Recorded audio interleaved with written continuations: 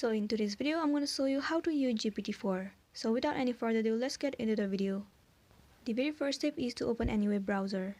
Head over to the site chat.openai.com.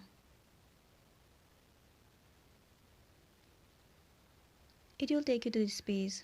First of all, users need to log into your previous ChatGPT account. Choose the Gmail account associated with your ChatGPT account. It will simply take you to this page. Now, in order to use GPT-4, user have to subscribe to ChatGPT Plus, and the user need to pay $20 monthly subscription for premium access. So let's see how to upgrade to ChatGPT Plus.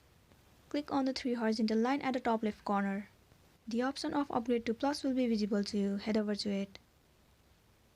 And then click on upgrade plan. It will take you to the page where you'll get to subscribe to ChatGPT Plus. Here you need to fill up some of your information. At the very first step, you need to enter your email address. And then here in payment method, you need to enter your card information. And then enter the name that you have on card. Once you are done here, you need to enter your address. And the last thing you need to do is check this box. Once you are done filling all of the information, click on subscribe.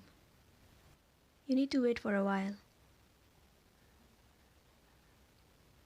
There you go, you have successfully subscribed to ChatGPT Plus account. Now in order to log in and use GPT-4, what you need to do is go back and head over to the same site chatopenai.com. Tap on login. Enter the email address that you have used while filling the information before. And then enter the password of your account. Once you are done, click on continue.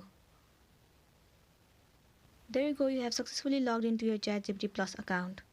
Now you can ask whatever question you want and it will generate the accurate response to your prompts. So this is it, and this was the tutorial video on how to use ChatGPT4. I hope this video is going to help you out. Thank you for watching it till the end.